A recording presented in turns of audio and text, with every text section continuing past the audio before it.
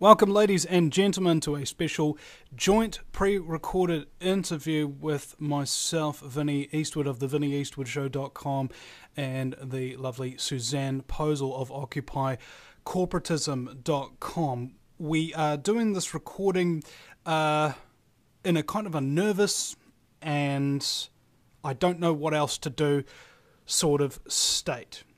The subject of the broadcast is Pete Santilli of the Pete Santilli Show, and the complications that have arisen between Pete Santilli, myself, and Suzanne Posel with regard to the recent setup of guerrilla media. So let's just refer back to our notes that we've got here. I think we're going to have on to begin. Right, Suzanne knows Pete a hell of a lot more than I do. She'd been on his show many times, and personally I had started up Guerrilla Media about 2007 or so, and I've been running guerrillamedia.co.nz for some time on these kind of base principles, of which I like to call the Guerrilla Media core principles. Which were to basically just not engage in scumbaggery. There's a whole list of them, and they're on the current website which we've got up. They're real at realguerrillamedia.com. So all the principles are up there for people to check out for themselves. Now, after Pete saw the name Guerrilla Media, he very quickly bought up a raft of Guerrilla Media website names, and we then started to have these conference calls, consulting with me and Suzanne Posel and Susanna Cole on these conference calls, coming up with coming up with the ideas for how to run it, how we want it to work, what the core principles are, this kind of thing. And it was during a incident that he had with a Mr. Jim Fetzer, where Pete actually acknowledges that the interview that he conducted with Jim Fetzer was an absolute train wreck. He was constantly interrupting him, and he did something which I thought was pretty horrific, where he recorded the breaks. When you go off air, ladies and gentlemen, and you're on a break, you can say whatever you want, and that's totally off the record. Okay, that's as far as I operate. That's as far as everybody operates. Pete didn't do that with Jim Fetzer. On the other hand, he recorded those in between the break chats and also published them on his YouTube version of his radio broadcast there, which was just totally out of line, regardless of what you feel about Jim Fetzer. To record somebody, having them not know that it's going to be recorded and published, especially outside of the normal parameters of a radio show format, when somebody's guard is down, that's really dishonourable. Suzanne, do you have anything there to offer about the Jim Fetzer interview before we go, or any other prefacing to this? I called Pete after I heard it and asked him, what's up? Are you okay? What's going on? That's completely... You could have had the person on the show. He knew the whole thing was set up by Dr. Judy Wood. She runs everything from behind the scenes. She's on a Skype chat with Pete during the broadcast, telling him what to say, how to say it, how to direct questions. Basically, the puppet master of the show. And this has been going on for a while. And so when the Fetzer interview happened, I asked him, are you okay? What's going on? Because you have somebody on your show and you let them talk. You don't attack them. But the Fetzer interview was Judy Wood considers him an enemy of hers. So he decided to go after her enemy. And, in Pete's way, which is to attack people. And so it was all a show.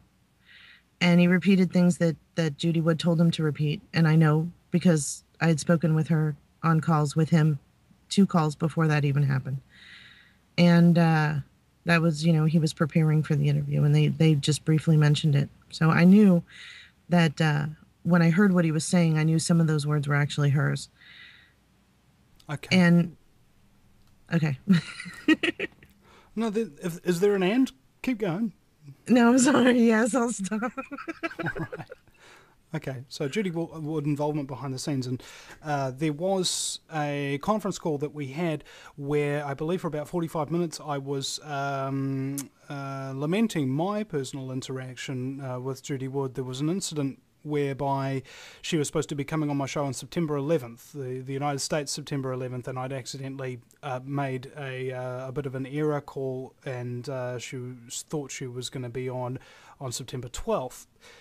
And I apologised and said, I'm sorry, I have another guest today. And she kept repeating over and over, like copy-pasting my email to me 3 times in the Skype chat, saying, this is what you said, this is what you said, this is what you said. Not wanting to resolve anything, not wanting to, basically act like a human being. And because I was apologetic and saying, okay, well, we can reschedule, or we can record something really quickly right now because it's 45 minutes till showtime. And then she just reposts that email again with the scheduled time. It's the day after 9/11, so obviously she's been working her butt off for the last couple of days. And I asked her, are you tired? Out of genuine concern. And then she says, I'm done, and I haven't heard from her since. I did get an email from a colleague of hers, Connie Berry, berating me and saying that I'm a completely unprofessional radio show host, and I will never work in this business again, and I'll never get Jesse Ventura on my show, who he knows personally, allegedly. This whole shitstorm for no fucking reason. Okay, that's Judy Wood. And it was good for me to find out at that early stage. I'd had her on my show a number of times. We'd had a relationship. The very first time to have her on the show, I had to coax her for 2 hours, trying to get her to sort of bring her guard down a bit, to sort of trust me, so that I could even just bring her on the broadcast at all. And it didn't matter the fact that after she said, I'm done, I said, look, I can kick off my current guest, James Wright, and bring you on right now as scheduled. No worries, that kind of thing. Nothing. And so I was trying to explain to Pete that dynamic that I had between her, and he obviously didn't take much heed.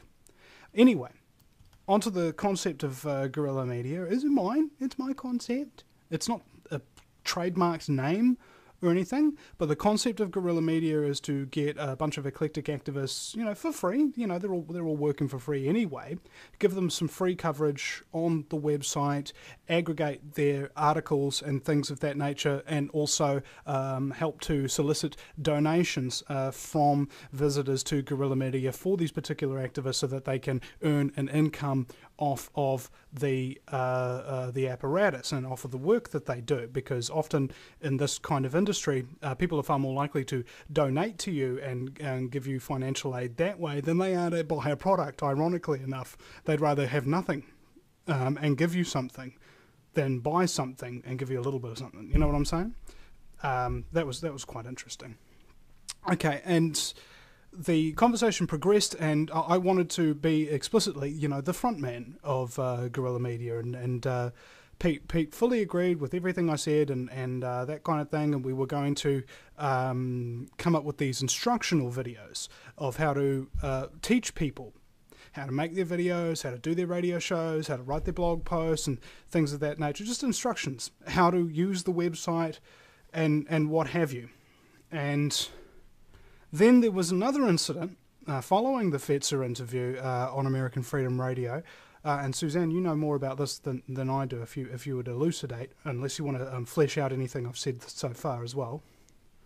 No, I'll go into the I was on the after show with Pete and Susanna, and one of his listeners was in the Skype chat and said that James Fetzer was on Kevin Barrett's show, and they were talking smack about Pete. So Pete immediately put the broadcast through, so I listened to it. And Pete called into the show to trash it. He was claiming that he brought Fetzer on and treated him with respect, and Fetzer was, obviously, and Fetzer was very animated, and he was getting loud, because he was on a show, and Kevin Barrett and he were talking about what his experience was on Pete's show, and Fetzer wasn't saying anything that wasn't true. Pete was attacking him the entire show, and then just started screaming at him and yelling over him and wouldn't let him talk. And so Pete called in and tried to make a case for himself. And then he had his associate producer, Ashley Jones, call in. And then a couple of other Pete regulars called in. And the whole show became, why is everybody attacking Pete? Pete's, exposing 9/11 Truth and yada, yada, yada. And after that, Danny Romero, who is a Salt of the Earth character, a former producer of Alex Jones, and he's a former for a reason, fired Pete Santilli. Pete Santilli is a former Marine, and he signs every email that goes out with Semper Fi, short for Semper Fidelis, which means always loyal. And so I coined the phrase, Pete Santilli got Semper fired from AFR.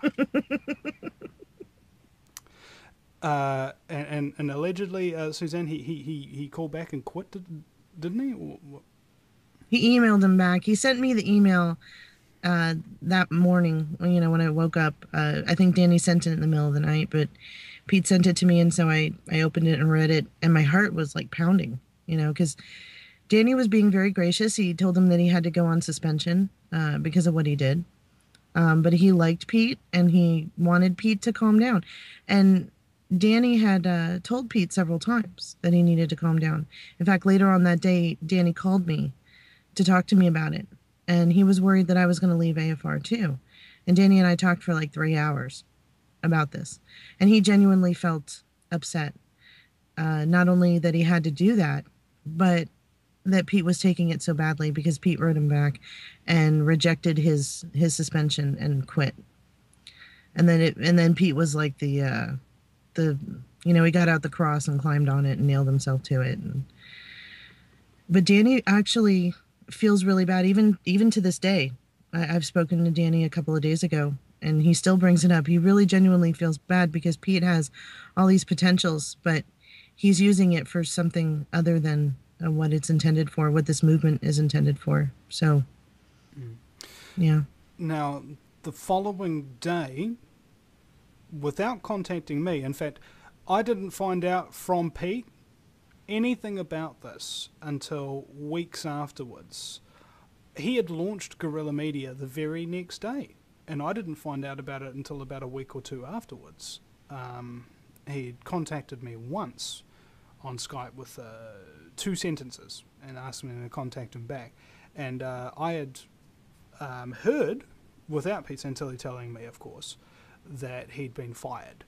And I had a conference call with Danny Romero and my producer, Mitch. My producer was in tears, talking with Danny Romero over at a separate point about how Pete Santilli was taking Guerrilla Media off me and how he was really upset. And this was before Pete even launched it. This was after him just taking these websites, guerrillamedianetwork.com and so forth. I think he bought like a dozen websites or so. Mm-hmm. He did. And the misspellings. And the misspellings.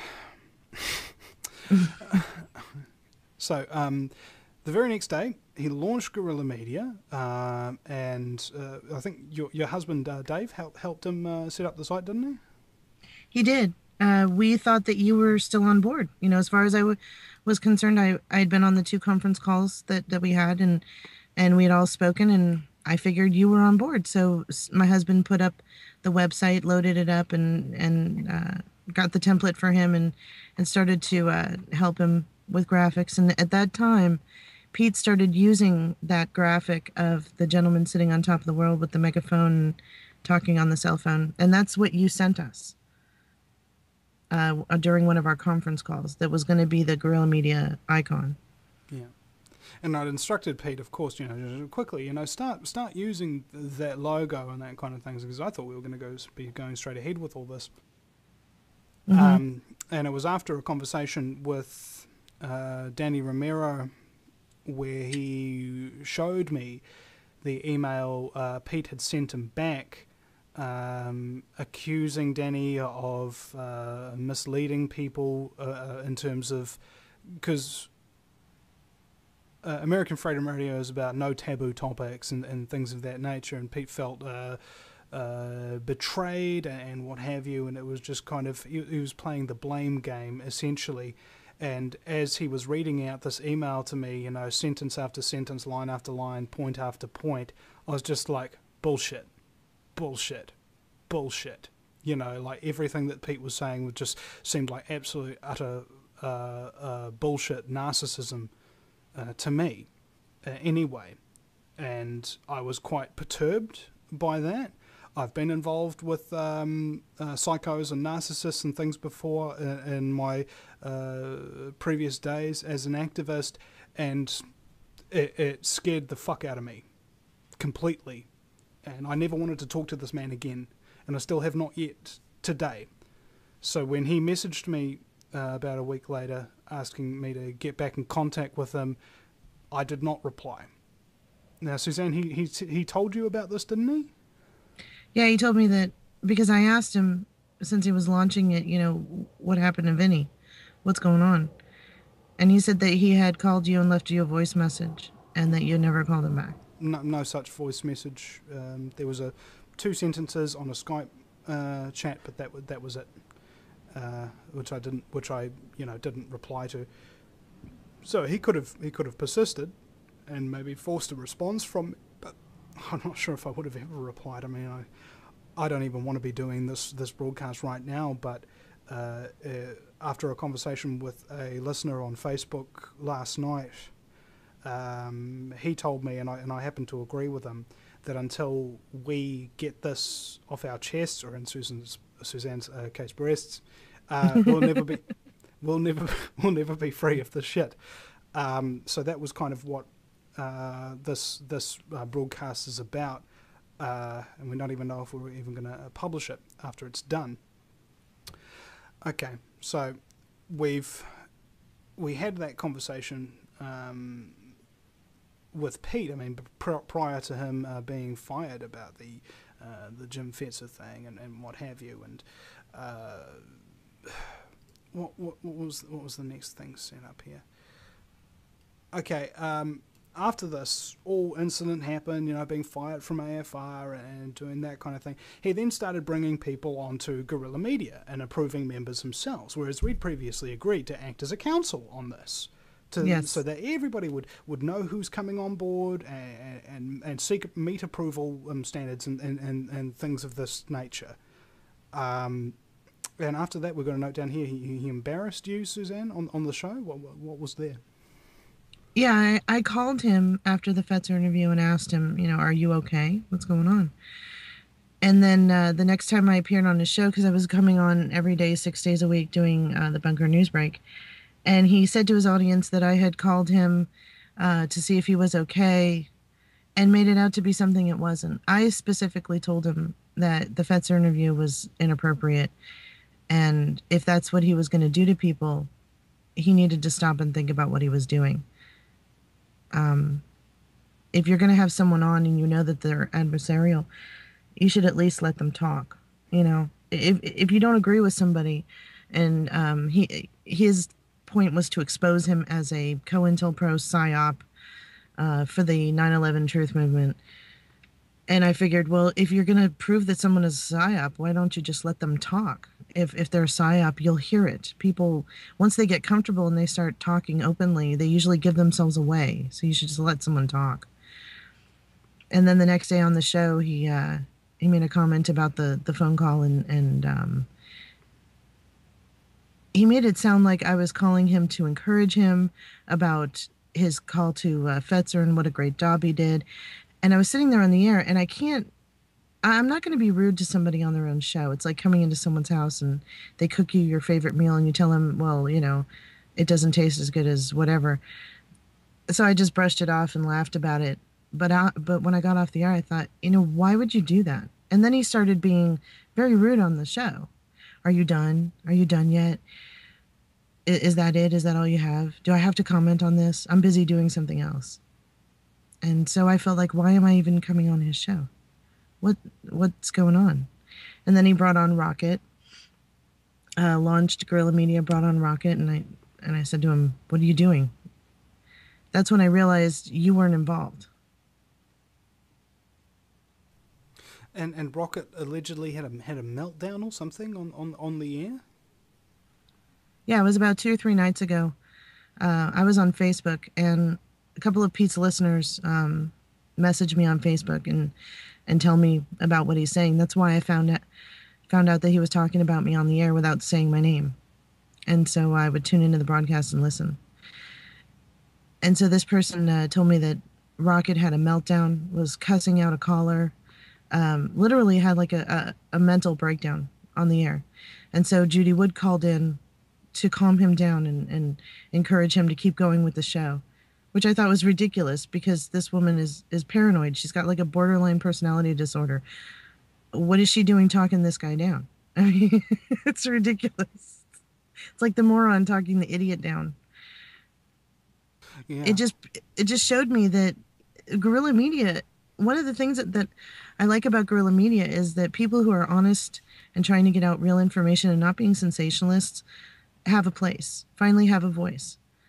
And they can all come together and collaborate. This person, Rocket, is not guerrilla media material. He's just somebody that Pete wanted to have on his network because he needed filler. Okay. Now, after that incident, when was it that you actually broke with Pete? I called him on a Sunday. I think it was like 2 weeks ago. Yeah. And my husband and I talked about it for a while, and I know Pete, and he's very vindictive. And I didn't want him to, go on the air and talk shit about me. So I told him that my husband had gone, well, previous to this, my husband had gone to work part-time for the working outside the home, and it cut into our finances. And then part-time for Guerrilla Media and for my website. So I told Pete that, because of financial circumstances, my husband had to go back to work full-time, which was not true. But it was a story I had to say to him because after talking with my husband about breaking off with him, I had to tell him something to keep him off guard, because if I told him what was really going on, he was going to come after me on his show. And a lot of people who got to know me were from Pete's show. And I was worried about not being able to retaliate. I didn't want to waste my time on AFR bringing this up, and I wasn't going to write an article about it. So as far as everybody knew, I was silent and quiet. And then, so Pete gave this bogus story on the air, and people started emailing me and asking me what was going on. And I told them why I left. I told them what he had done to you. And then I told Susanna in a Skype chat to take down my name and my picture off of the Guerrilla Media site. And she immediately called me. And I knew that this was damage control. So she said that Pete should be on the phone. So this was February 14th. And he called me and, said that he had heard that, I didn't want to be part of this, and that I had hurt him personally, that I had fucked him over because now he's stuck with Guerrilla Media. No matter what he does, he has to use this Guerrilla Media website and he spent all this money setting up Guerrilla Media, and how could I screw him over like this? And this is personal. And and then he became belligerent, and it sounded like he slammed his fist down on his desk and kicked a file cabinet, one of those metal file cabinets. And then he started cussing me out, calling me a bitch and a cunt over and over again too, not just once. telling me how I destroyed him, and if I ever said anything on the air or wrote an article or mentioned his name or said anything disparaging, that he would ruin my career. Um, and kept calling me a cunt and a cunt and a bitch, and that he wanted me to die a horrible death, that people like me deserve to burn in hell and die. And I said, well, is there anything else you want to say to incriminate yourself? Because when we opened up the call, I told him that it was being recorded, hoping that he would have some sort of sense of decorum, but he didn't. He just completely lost it. And Susanna was on the call, and she was hysterically crying the whole time. You just hear her crying. She didn't say anything. And then he said he was never going to talk about me on the air, and never mention my name, and he expected me to do the same. And if I didn't, that he would ruin my career. And then he sent me an email after we hung up and said the same thing. He said, this is over unless you do something stupid. I think we're doing something stupid right now then, aren't we? Well, that's his way. He's a big friggin' bully, and he thinks that he can intimidate me. He should know me better than that. Yeah, I mean, the whole reason why we're doing this, and we kind of just did this on the fly, didn't we, Suzanne? It was just like, we need to do this, and we're just like, well, why don't we do it now? Okay, let's do it now. It's because of the fact that we don't like bullies. And more to the point, I made the point earlier that when you've got a job and your boss is an asshole and you really hate him, but you have to bite your tongue, that's something that eats you away every single day that you have to go back to that job. And every single thing your boss says eats you away even more and more. I'm tired of being eaten away. Okay, I need to say what I feel, because I can't live like this. Essentially, like, it's actually been weighing on my mind. I mean, you've seen how I've been, Suzanne. I mean, even on so much on the show today, I was really upset, and it's because these guys from No Messiah, who, like, the band that Pete plays on his show, calling me a retard and a dumbass and this kind of shit, just really fucked me off to no end, and I really can't handle it. Like, I'm a very sensitive guy. And that's the reason why I've got so much empathy for other people, but it also means that I really feel people's negativity. I really feel it. I don't like that sensation whatsoever. And so this recording that we're doing now is more of a therapy at the very least, and at the most, just clearing the air, letting people know the real truth behind this guerrilla media, Pete Santilli, Suzanne Posel, Vinnie Eastwood situation, for those who are curious. Right. Now, on his show last week, there was also a mention of you, something about being dragged into the street. Yeah, one of his listeners in the chat said something about me, asking about what happened. Because a lot of his listeners were emailing me and messaging me on Facebook. And I was telling him, I started telling him from the time that I told him I couldn't be on the show anymore. And after the phone call, I just said, fuck it. They need to know what's going on. So I told them. And a lot of them told me that I was the only reason why they listened to the show, that I brought a semblance of professionalism to the show, because it's just it's like going to the zoo and looking at the monkeys, and what was interesting is everyone I spoke to about this with through emails and messages on Facebook, everyone said the same thing. They all said, I knew something wasn't right about him and I couldn't put my finger on it, but now what you're telling me makes absolute sense and I'm never going to listen to him again. Everyone said that. And that even includes a fellow host, Charlie McGrath from the Rents Network, doesn't it? Yeah, when I was on Charlie McGrath's show, someone in his chat room asked about Pete Santilli. And my husband messaged in Skype that we're no longer affiliated with him. And it was brought onto the show. It was during the break. And Charlie McGrath had tried to be a guest on his show, but there were technical difficulties, and Pete asked him to come back on. And Charlie said he had a really bad feeling about Pete, and so he never came back on the show. And after I told him briefly what he did to you and what he did to Guerrilla Media and what he did to me, he said the same thing. I knew it. I knew there was something not right about that guy. That's interesting to me that everyone says this. It is interesting, isn't it? Now, the term Stockholm Syndrome comes to mind, and you were referenced earlier that Susanna Cole was in tears on this conversation where Pete was cussing you out, calling you a cunt and a bitch, and so on and so forth, and yet she's still totally behind him, isn't she? Yeah, they have a romantic relationship beyond the show, which is interesting because he's still married and his wife and he live together. They're not estranged. I don't know what's going on in the house. You know, some people just stay out of each other's way, and I don't know what's going on. But Pete went on a 3-week cruise to Italy, and he was seen in pictures with his wife.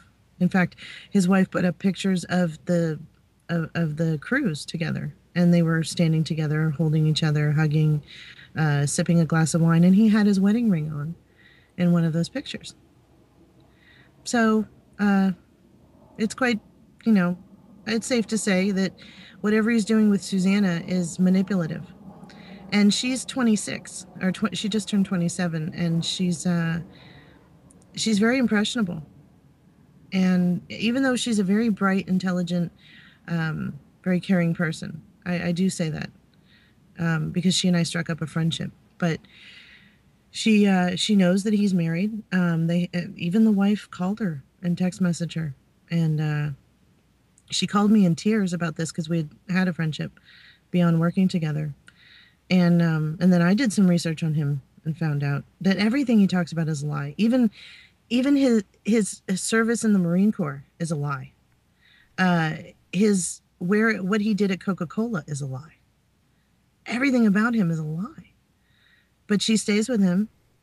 She says that she put so much work and energy into the show for the last year, and she doesn't want to give that up. But like you said, it's like the battered wife syndrome. Well, it's hard to give up something, especially when you put a whole lot of work into it, and it's more akin to what I'd call problem relationship gambling. Okay, you put so many coins into this slot machine, and you just hope one day it's going to pay off. One day it's going to pay off, and before you know it, you're broke as a motherfucker. Yes. Yes. Now, they mentioned you on his radio broadcast that you'd be dragged into the street and shot, that you don't have the guts in this movement and things like this. And you know, it's just we've sent him a cease and desist letter outlining the guerrilla media principles that he's broken. And in fact, I think we're coming towards the end of this. I feel better already. But I think what we really need to do is actually read out that letter that we sent off, Pete, so that people know the lawful kind of situation here in terms of what Pete has been asked to do, considering he's using intellectual property, which is mine, the concepts behind guerrilla media, the guerrilla media principles, things of that nature.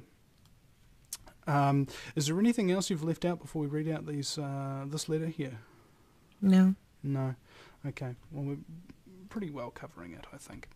Okay, so to Peter T. Santilli, excuse me, RE Guerrilla Media, aka Guerrilla Media Network. You are in violation of the core principles of Guerrilla Media effective January 28th, 2013. You launched Guerrilla Media Network on your internet show, The Pete Santilli Show, without the express consent or knowledge of the other founding members. The core principles you have violated are core principle 6, practice good interpersonal communication. Core principle 11, be transparent, avoid secrecy and covert activity between ourselves and the audience. Core principle 12, display the network logo on our published work and or posts to signify they have abided by the core principles of Guerrilla Media Network.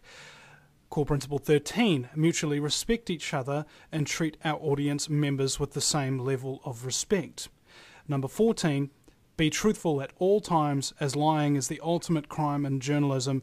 And section 18, no scumbaggery, meaning dishonesty, physical harm inflicted on others, or theft or damage to private property. This includes intellectual property and people's images, I guess.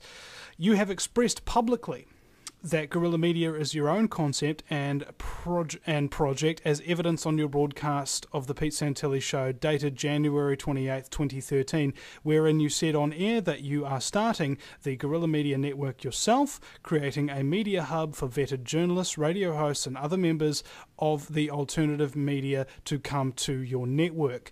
Since the announcement, you have used the concept, intellectual property and graphic artwork originated by Vinnie Eastwood 6 years ago without his expressed permission.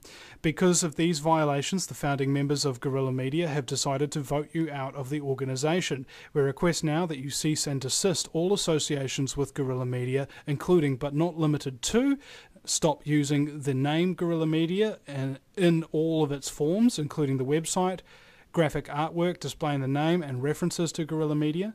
Stop using the graphic artwork originated by Vinnie Eastwood in your YouTube broadcasts.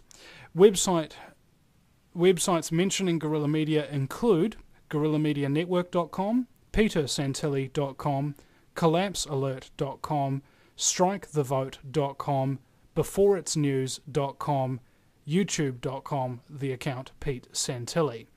Pursuant to our rights under the intellectual property laws, the founding members of Guerrilla Media request that you cease and desist all use of the name Guerrilla Media, any graphic artwork associated with the concept and public references to your associations with Guerrilla Media.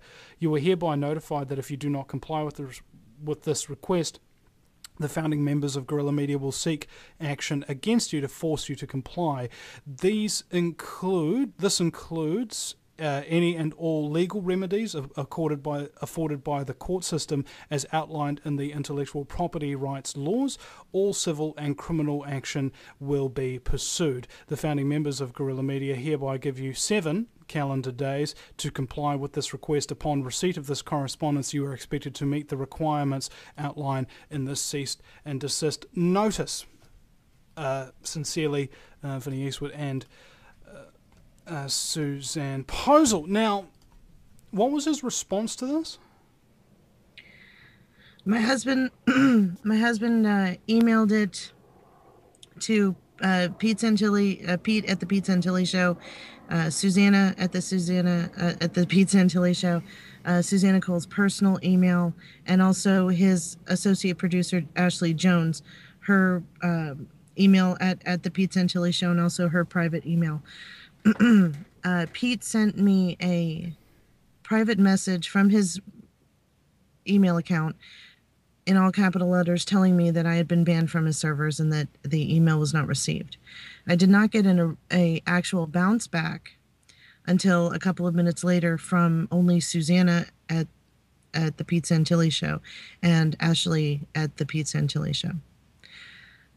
My husband then went to our 1&1 account, our hosting company, and changed our ISP address, and then emailed him again, and there was no bounce back. There was no, failed to what is it, a mailer Damon response. A couple of days later, my husband got an email from Susanna, Susanna at the Pete Santilli Show, and also Ashley at the Pete Santilli Show, saying that he had been banned from their servers. And so we laughed because in a court of law, that email that he sent from his email address is acknowledgement of receipt. And Susanna should know this because she's a paralegal. Mm-hmm. Well, where to from here? We don't know. I mean, when is the 7-day period up? It's up today, isn't Today. it? Okay. It was up today. And as far as I know, he's still using it. He has promos for it, people telling other, on his show that they're listening to the Guerrilla Media Network and everything like that. Okay. And what is your local time right at the moment, Susanna?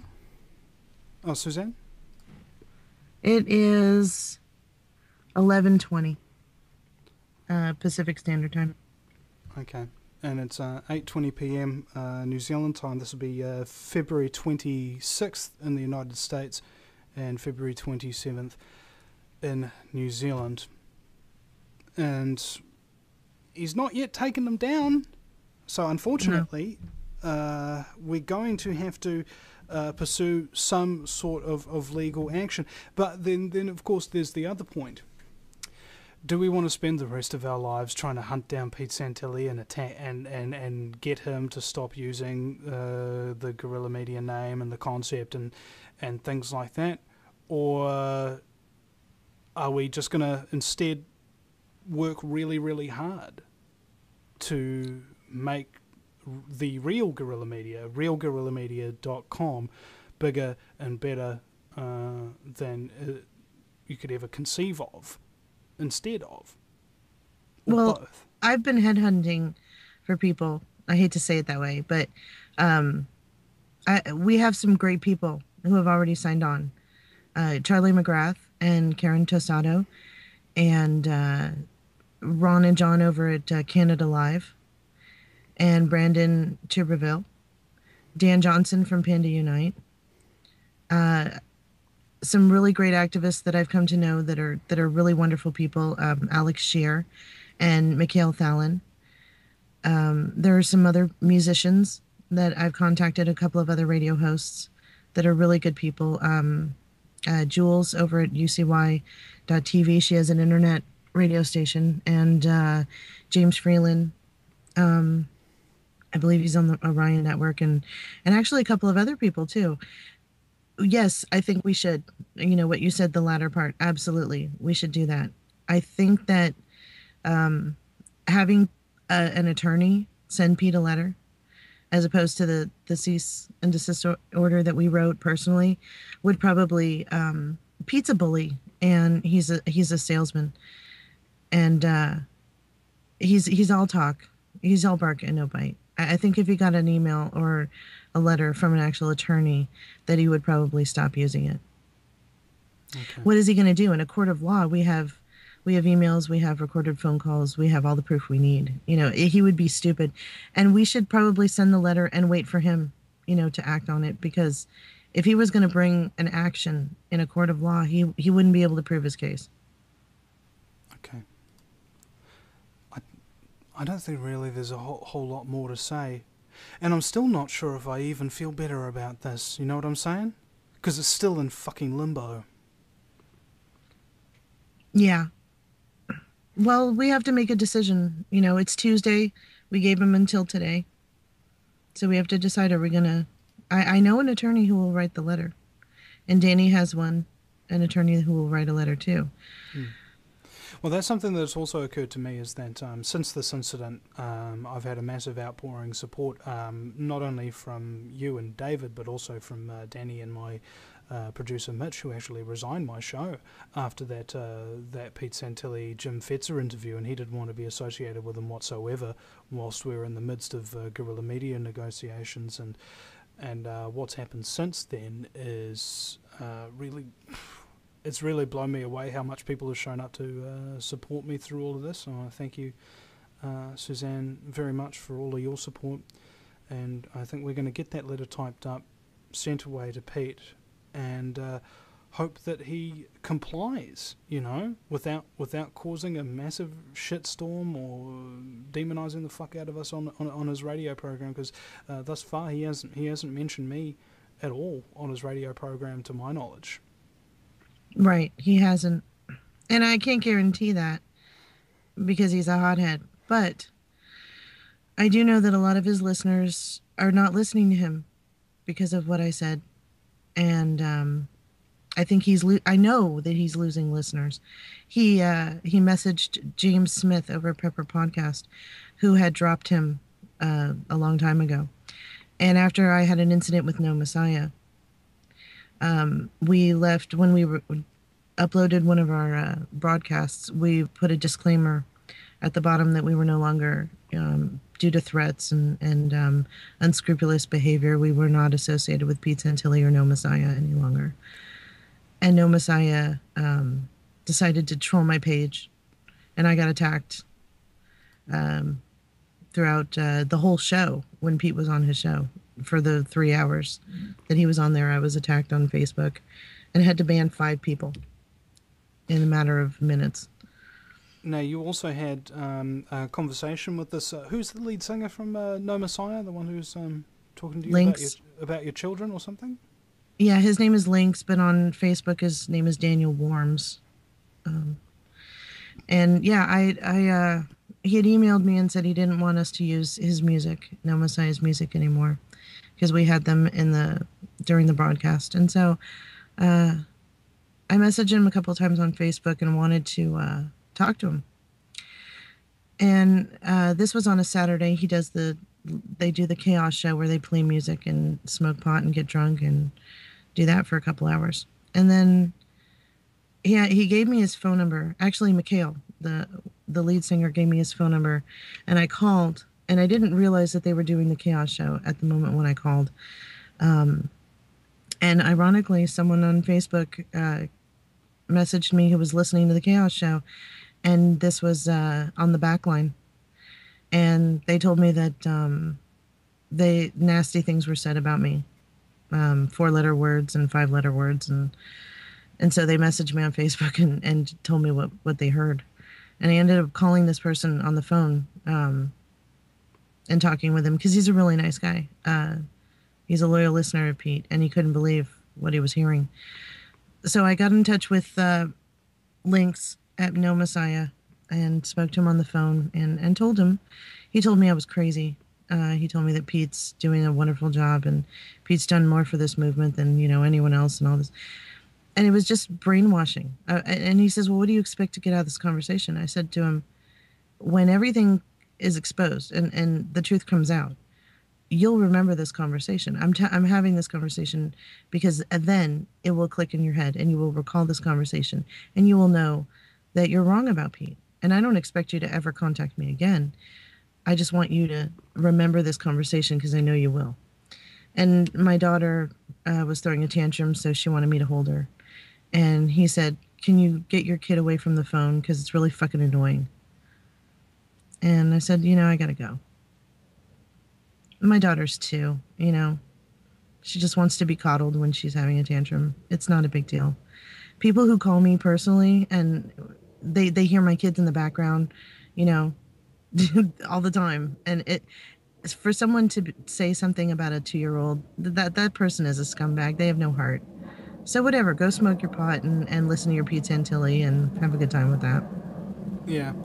There's nothing wrong with smoking pot, but there's definitely something wrong with listening to Pete Santilli and sticking up for him. Have you known the truth? So now everybody who I don't know if we're even going to release this, but everybody who has listened to this, you now know the truth about Pete Santilli. And I wanted to add in supplementary here. This is my Facebook status from a couple of days ago. I'm getting sick of people saying that the masses have to awaken. They really don't have to do anything. In all of history, that's what they've always done. Sit on the sidelines while the really good guys and really bad guys duke it out. One side for control over them, and the other to give freedom to those unwilling to fight for it themselves. And here's a comment from Daniel Warms of No Messiah. You are part of the problem. Such a ridiculous statement. Where do I start?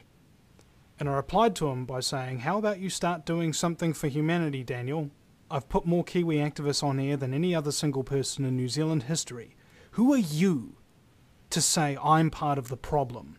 You can't argue with this statement, and that's why you've decided not to. You're the one who's part of the problem. And he says, this is who I am. Fuck you! And he puts his a plug to his website, nomessiah.net. And I said, fuck you? That's your argument against my statement? And he says, hit the link, dumbass.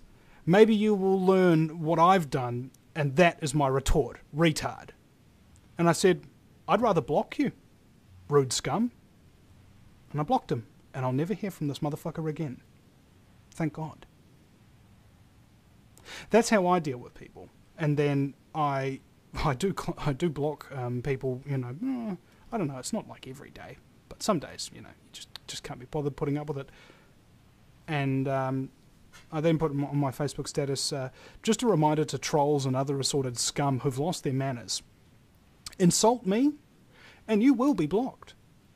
Criticize me, and you will be listened to and taken seriously. Because nothing is worse, and this is the most important part, nothing is worse than a douchebag with a microphone who won't entertain the possibility that he might just be a douchebag with a microphone.